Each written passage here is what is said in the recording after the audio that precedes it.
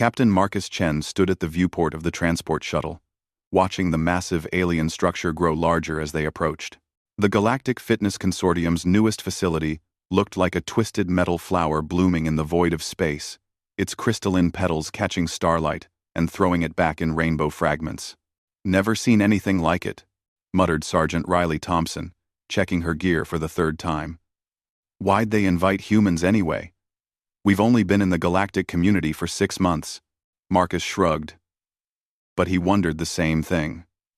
The invitation had arrived through official channels, signed by High Administrator Zeph Tai of the Fitness Consortium. It read simply, "Species. Human cordially invited to attempt the inconceivable trial. Standard safety protocols suspended due to impossibility of completion." The last line bothered him. Standard safety protocols suspended. What kind of gym needed a warning like that?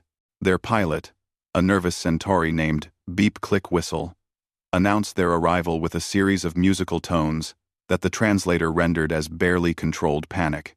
"Docking in 30 seconds, humans. Please remember that life insurance policies are void within consortium facilities." The airlock hissed open, revealing a reception area that defied physics. The walls curved impossibly, creating spaces that seemed larger inside than outside. Gravity shifted in subtle waves, making Marcus's stomach lurch as they walked across floors that became ceilings without warning. A tall, crystalline being approached them, its body catching and refracting the ambient light. "Welcome, Deathworld specimens," it said in a voice like tinkling glass. "I am Curator Vex Tai. You must be the humans who accepted our invitation." "That's us," Marcus replied, trying not to stare at the way the alien's limbs bent in directions that shouldn't exist. "Though, we're not sure why we're here." Vex Tai's form shimmered, which Marcus assumed was amusement. "Oh, you'll understand soon enough. Follow me to the orientation chamber." They walked through corridors filled with beings Marcus had never seen before.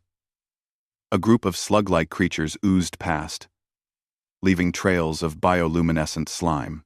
Something that looked like a floating jellyfish pulsed overhead, its tentacles sparking with electrical discharges. Near what appeared to be a juice bar, several beings that resembled walking trees were sharing drinks that glowed purple. "Quite the crowd," Riley observed, her hand instinctively moving toward her sidearm before she remembered they'd been required to leave all weapons on the shuttle. "The consortium draws members from across the galaxy," Vex Tai explained, leading them into a vast chamber dominated by a 3-dimensional holographic display. "Each species brings their unique physiology to our fitness challenges. The aquatic builders excel at endurance swimming. The gas giant floaters dominate our aerial obstacles. The crystal singers can manipulate gravity fields with their resonance." The hologram showed various alien forms performing impossible feats. Creatures swimming through what looked like liquid metal, beings flying through fields of lightning, others lifting structures that must have weighed thousands of tons. "Impressive," Marcus said. "But where do humans fit in?" Vex Tai's form dimmed slightly. "That's what we're trying to determine. You see, the inconceivable trial was designed as our ultimate challenge. We took the most demanding aspects of fitness from every known species and combined them into a single test. Mathematical models suggest it would take a collective effort from representatives of at least 12 different species to complete even the first stage." Riley frowned. "And you invited 3 humans to try it alone?" "Not alone," Vex Tai clarified. "You'll have the standard support equipment. Gravity modulators, atmospheric processors, protective fields. Everything designed to help you survive the attempt." The word survive hung in the air like a threat. "What exactly does this trial involve?" Marcus asked. The hologram shifted, showing a complex course that seemed to exist in multiple dimensions simultaneously. "The first stage requires lifting a mass equivalent to 3 times your species' maximum recorded strength output, while running through a gravity field that shifts randomly between 1 and 15 times standard. The second stage involves navigating an obstacle course while atmospheric composition changes every 30 seconds. Some atmospheres will be toxic to your physiology. The third stage, Vextai paused. The third stage has never been attempted. Our computers suggest it would require physiological adaptations that no single species possesses. Marcus felt a familiar tingle in his spine, the same feeling he'd gotten before every dangerous mission in his military career. It was the feeling of being challenged, of facing something that others thought impossible. "What happens if we complete it?" he asked. "Complete it?" Vextai's form brightened with what was clearly surprise. "Oh, my dear human, completion isn't the goal. The goal is to push your species' limits, to gather data on Deathworld physiology under extreme stress. No one expects actual completion." Riley exchanged a glance with Marcus. 20 years of military service had taught them both to recognize when someone was underestimating human stubbornness. "We'll need to see the course first," Marcus said, "and understand the rules. Of course. But first, you should meet some of our other participants. They're quite curious about your species." Vextai led them to another chamber where various aliens were engaged in what appeared to be warm-up exercises. A group of beings that resembled walking mountains were lifting weights that glowed with internal energy. Near them, creatures that looked like liquid mercury were flowing through complex patterns. As they entered, conversation stopped. Dozens of alien eyes, sensors, and other sensory organs focused on the three humans.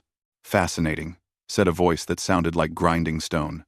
The walking mountain closest to them stepped forward, each footstep shaking the floor. "So, these are the Deathworlders. They seem so fragile." "Deathworlders?" Riley asked.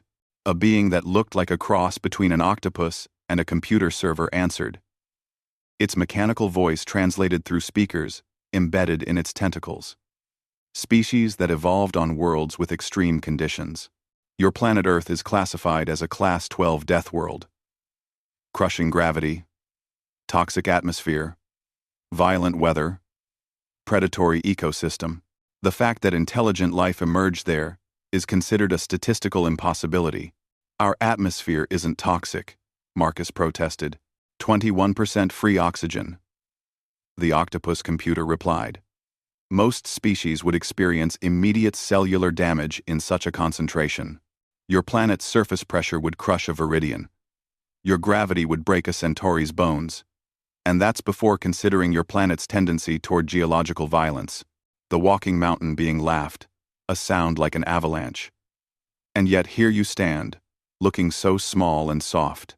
Tell me, little Deathworlders, what makes you think you can attempt the inconceivable trial when our greatest athletes have failed?" Marcus felt something shift in the room's atmosphere. It wasn't just curiosity anymore. There was condescension, amusement, even pity in the way these beings looked at them. "Maybe we should find out," he said, quietly. Vextai's form pulsed. "Excellent. The trial begins in one rotation cycle. That gives you time to rest, acclimatize, and prepare. I must warn you again that the safety protocols have been suspended. We simply don't have equipment rated for the forces involved in the trial." As they were led to their quarters, Marcus caught Riley's arm. "You thinking what I'm thinking? That we're about to find out why humans have such a reputation for being crazy?" she replied. Their third team member, Dr. Sarah Kim, spoke up for the first time since leaving the shuttle. "Actually, I'm thinking about something else. Did anyone notice how they keep talking about this being impossible?" "Yeah, so?" Sarah smiled, and Marcus recognized the expression.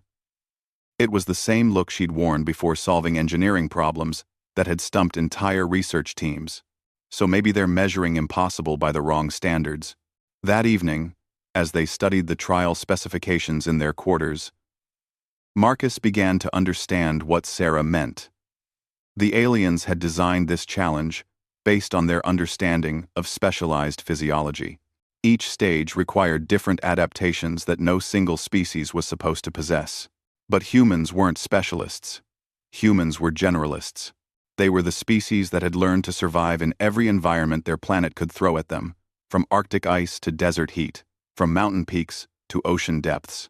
"Look at this," Sarah said, pointing to the holographic display of the course. Stage 1 requires massive strength output in variable gravity. They're thinking in terms of specialized heavy worlders who can't adapt to gravity changes, or light worlders who can adapt but lack the strength. And humans? Riley asked.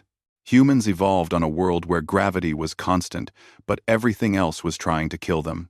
We developed strength, adaptability, and endurance.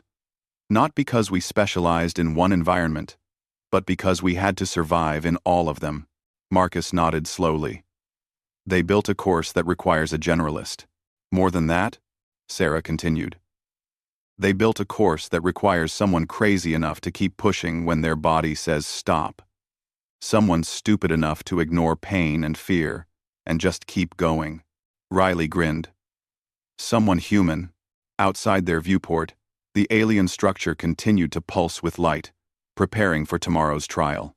Across the facility, beings from dozens of worlds settled in for their rest cycle, confident that tomorrow would bring another failed attempt at the impossible. None of them understood that they had just invited the one species in the galaxy that didn't know how to quit. The morning of the trial, the observation deck was packed. News of the human attempt had spread throughout the consortium facility, drawing spectators from across the galaxy. Beings floated, crawled, slithered, and walked into the viewing area, all curious to see the Deathworlders fail. Marcus Chen stood at the entrance to the trial chamber, wearing the standard protective gear the consortium had provided. The suit felt awkward, designed for species with different proportions, but it would have to do. Beside him, Riley, Thompson, and Dr. Sarah Kim made final adjustments to their equipment. Nervous? Sarah asked, though she looked more excited than anxious. Terrified, Marcus admitted, but the good kind of terrified. High Administrator Zeftai materialized beside them, its gaseous form shifting between colors. Final preparations are complete. I must remind you one last time that this trial was designed to be impossible. No shame exists in withdrawing now. Riley snorted.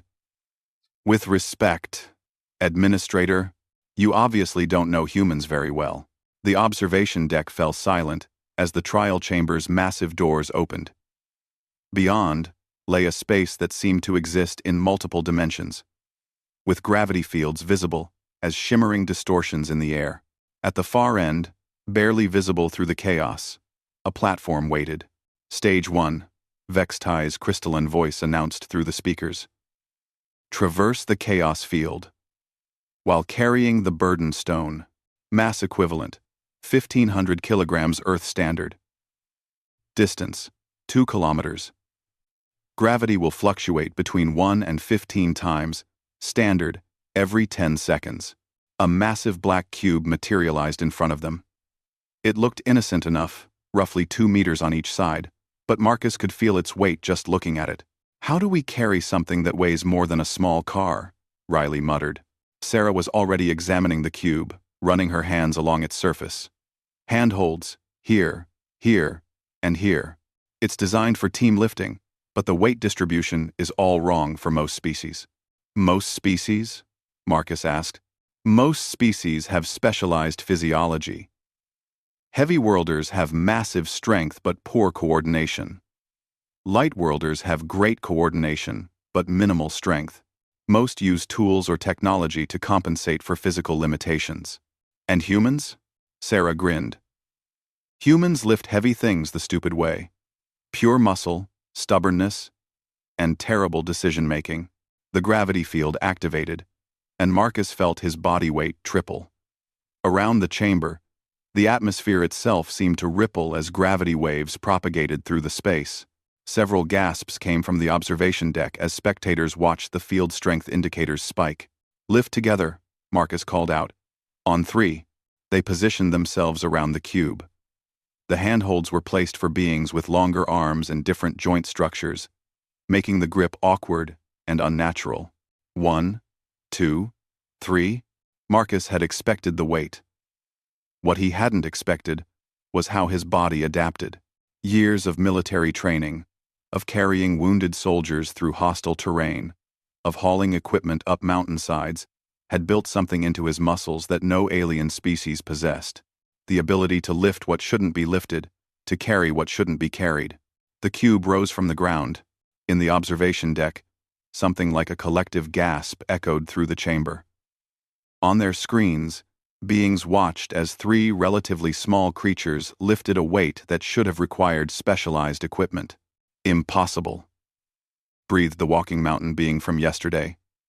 The force calculations don't work. They're generating more output than their muscle mass should allow.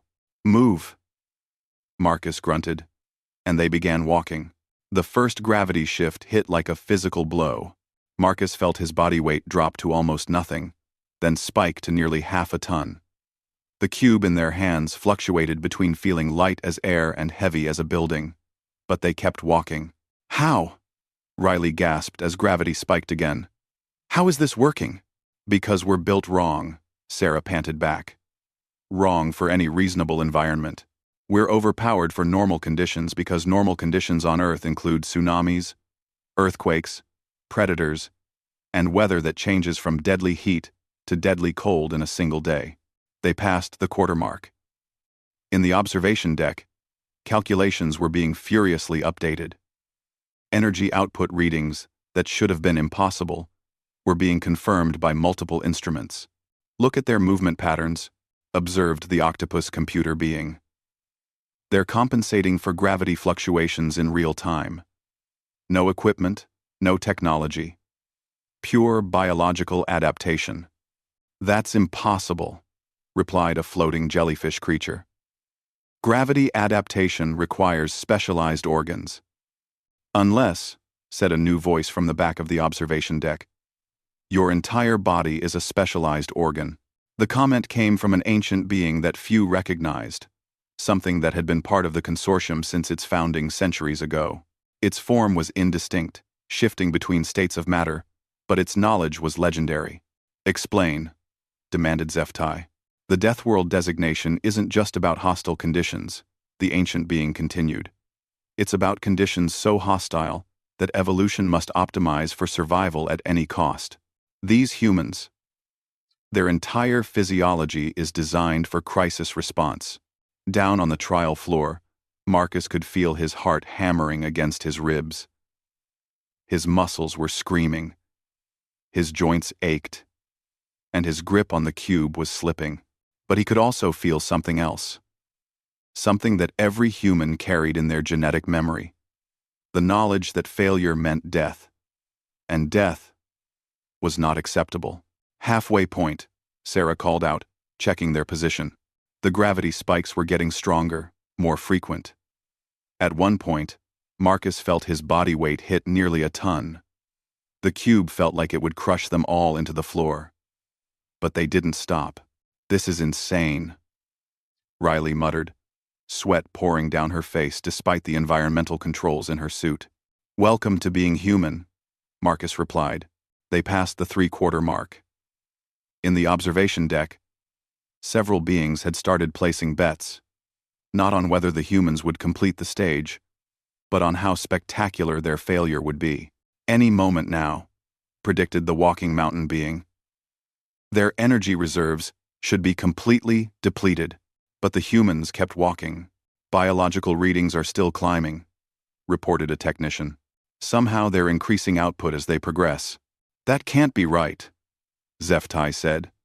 Recheck your instruments. Instruments are functioning normally. The humans are somehow accessing additional energy reserves. On the trial floor, Marcus felt like he was dying. His vision was starting to blur, his grip was failing, and his legs felt like liquid. But buried deep in his brain, something primordial was awakening. The same thing that had driven his ancestors to hunt mammoth with pointed sticks, to cross oceans in wooden boats, to climb mountains because they were there. Pure, unreasonable stubbornness. Almost there, he called out, though he wasn't sure if his voice was working anymore. The final 100 meters were the worst. Gravity was fluctuating so rapidly that Marcus could barely maintain his balance. The cube felt like it weighed as much as a building. His teammates were in similar condition, but none of them stopped. With a final surge of effort that came from somewhere beyond muscle and bone, they reached the platform. The cube settled onto its designated spot with a sound like thunder. Stage 1 was complete. The observation deck was completely silent. Impossible, Vextai whispered. The mathematical models said this was impossible. Your mathematical models, the ancient being replied quietly, didn't account for species that refused to acknowledge mathematical limitations. Down on the platform, Marcus collapsed to his knees, gasping for air. Around him, the chamber reconfigured itself for Stage 2. New obstacles emerged from the floor. Walls shifted, and the atmospheric processors began their warm-up cycle. Ready for round 2? Sarah asked, though she could barely stand. Marcus looked at the new course materializing around them. It was a maze of obstacles that seemed to exist in multiple dimensions, with atmospheric composition indicators showing mixtures that would be toxic to human physiology. Do we have a choice? He replied. We always have a choice, Riley said, pulling herself to her feet. We could quit. Go home. Admit defeat. Marcus considered this for exactly 1 second. Nah, he said, standing up. That doesn't sound like fun. In the observation deck, beings from across the galaxy were beginning to realize that they might be witnessing something unprecedented. Not just a successful completion of an impossible trial, but the emergence of a species that didn't understand the meaning of impossible. The atmospheric processors finished their startup sequence with a sound like singing crystals. Stage 2 was ready to begin. Stage 2 of the Inconceivable trial looked like a nightmare designed by a committee of sadists. The obstacle course stretched out before them in impossible geometries, with platforms that existed at angles that hurt to look at, barriers that phased in and out of reality, and gaps that seemed to lead to other dimensions entirely. Atmospheric composition will change every 30 seconds, Vextai announced, though its crystalline voice carried a note of uncertainty now. Some combinations will be toxic to your physiology, others will be corrosive to your equipment. The protective suits are rated for 60% of the atmospheric variations you will encounter. Marcus Chen checked his suit seals one more time. The display showed 40% integrity remaining after Stage 1. Around him, Riley Thompson and Dr. Sarah Kim were making similar checks. 60% coverage, Riley muttered. So, 40% of the time, we're breathing poison. Actually, Sarah said, studying the atmospheric composition chart. It's worse than that. Some of these combinations are instantly fatal to most carbon-based life forms. Chlorine gas, sulfuric acid vapors, pure ammonia. In the observation deck, the crowd had grown. Word of the humans' completion of Stage 1 had spread throughout the facility, drawing spectators who had never seen anything like it. Beings who had watched the Inconceivable trial for decades, seeing species after species fail at the first stage, were now witnessing something that their computers insisted was mathematically impossible. The Deathworlders can't possibly survive this stage, declared the walking mountain being, though it sounded less certain than before. Toxic atmospheres require specialized respiratory systems or advanced filtration technology. The ancient being that had been observing quietly spoke up again. What if their respiratory system is already specialized for toxicity? Impossible. No species could evolve to handle such a wide range of atmospheric poisons. Unless, the ancient being continued, they evolved on a world where the atmosphere itself was a weapon. Down on the trial floor, the atmospheric processors hummed to life. The air around them shimmered as the first toxic mixture was introduced. Marcus felt his suit's filtration system kick into overdrive. Chlorine gas, Sarah reported, reading her suit's sensors. Concentration would be fatal. In about 90 seconds, without protection, they began moving through the obstacle course. The first barrier was a simple wall, but it was 40 meters high and completely smooth. No handholds, no equipment allowed. How do we climb something with no grip points? Riley asked. Marcus was already examining the wall's surface. We don't climb it. We wall run it. Wall run? Riley stared at him. That's something from action movies, not real life. Actually, Sarah said. Parkour techniques could work here. The gravity is still fluctuating, which means at certain intervals, our weight will be reduced enough to make impossible movements possible. They waited for the next gravity shift. When their body weight dropped to roughly 20% normal, Marcus sprinted at the wall. His momentum carried him up nearly 10 meters before gravity reasserted itself. As he started to fall, Riley was already moving, using his position as a stepping stone to reach 15 meters. Sarah completed the sequence, using both her teammates to reach the wall's peak. In the observation deck, several beings made sounds of disbelief. They're using each other as equipment, observed the octopus computer being, treating their own bodies as expendable tools to achieve the objective.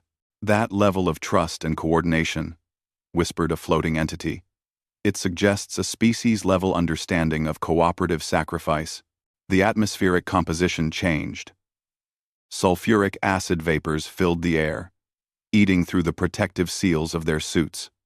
Marcus felt the acid burning his throat. Despite the filtration system, suits are failing faster than expected, he called out, helping Riley and Sarah down from the wall. Mine's at 20% integrity, Riley reported. 15%, Sarah added. 12%, Marcus said. The next obstacle was a maze of barriers that shifted configuration every few seconds.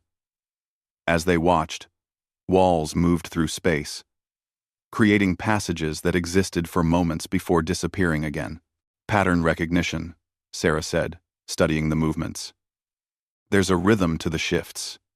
If we time it right, we can move through the maze during the optimal configuration windows.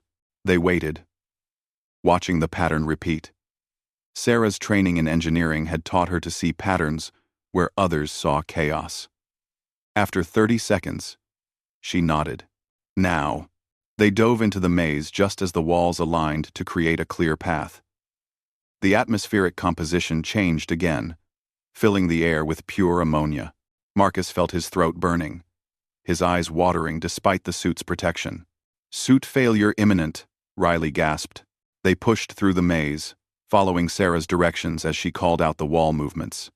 Left, right, straight, duck, jump.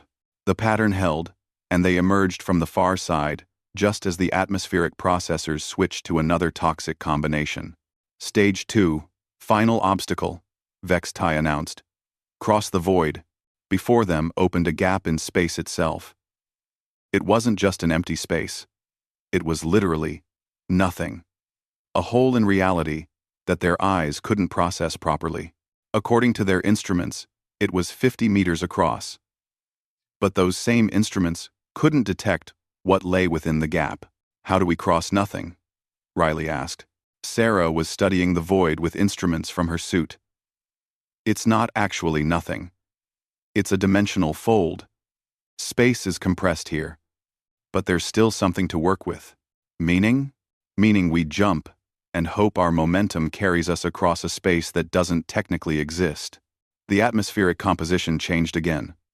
This time, the mixture was something their suits had no protection against at all.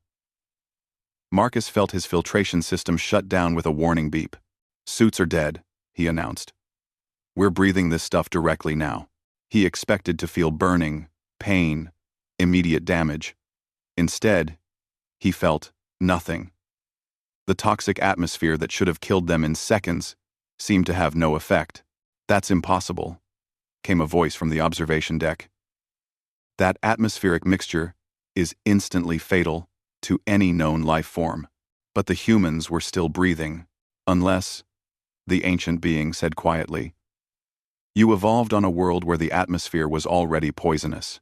In the observation deck, a new understanding was beginning to dawn. Earth's oxygen-rich atmosphere, which most species found toxic, was just one of many environmental hazards that humans had adapted to overcome. Their bodies weren't specialized for any single condition because they had to handle all conditions. Ready to jump across a hole in space? Marcus asked his team. Do we have any other choice? Sarah replied. We could quit, Riley suggested without any real conviction. Marcus looked at the void, then back at his teammates. 3 humans, standing at the edge of nothing, breathing poison that should have killed them, about to attempt something that violated the laws of physics. "You know what?" he said. "I think we're starting to understand why they call this the inconceivable trial." They jumped. The passage through the dimensional void lasted either forever or no time at all. Marcus felt himself existing in multiple states simultaneously. His consciousness stretched across possibilities that shouldn't exist. He was falling, flying, standing still, and moving at impossible speeds all at once. Then they landed on the far side. Stage 2 was complete. In the observation deck, silence had given way to frantic activity. Beings were checking instruments, running calculations, and generally trying to understand how 3 creatures from a death world had just accomplished something that violated multiple physical laws. "Stage 3 is now available," Vextai announced, though its voice carried a note of uncertainty. "I must warn you that this stage has never been attempted. Our models suggest it requires capabilities that no single species possesses." The chamber reconfigured itself one final time.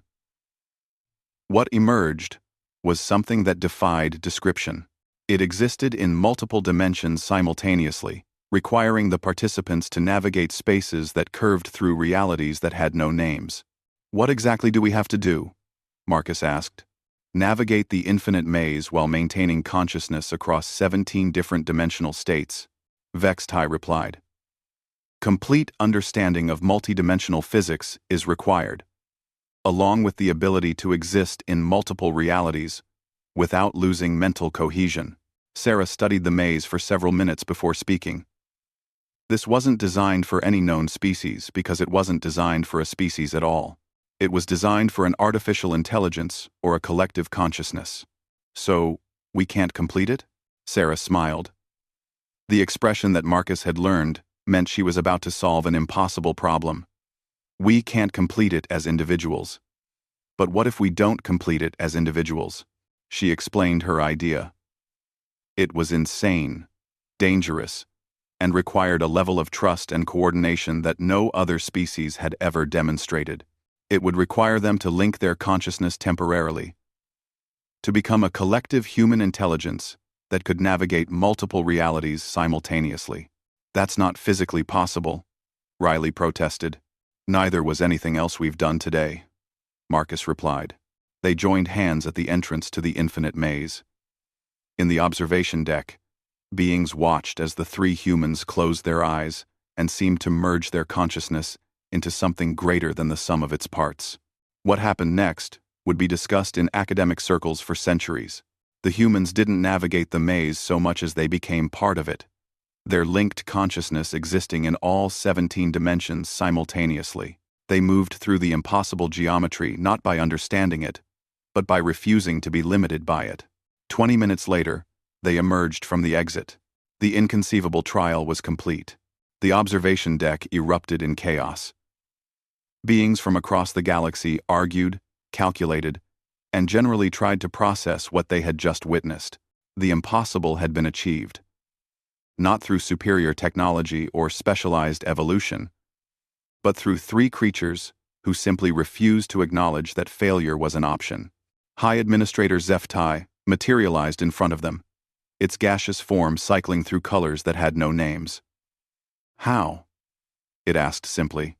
Marcus, Riley, and Sarah looked at each other. They were exhausted, covered in sweat, breathing poison that should have killed them, and standing in a place where physics went to die. "We're human," Marcus said finally. "We don't really understand the word inconceivable." In the days that followed, the Galactic Fitness Consortium quietly retired the inconceivable trial, not because it had been completed, but because the completion had revealed something troubling about their understanding of physical limitations. The humans had succeeded not by surpassing the limits of physics, but by demonstrating that they had evolved on a world where the normal limits simply didn't apply. Earth had forged a species that treated the impossible as merely challenging, and the inconceivable as mildly interesting. The galaxy would never quite look at humans the same way again. And in the depths of space, 3 humans headed home, already looking forward to their next impossible challenge.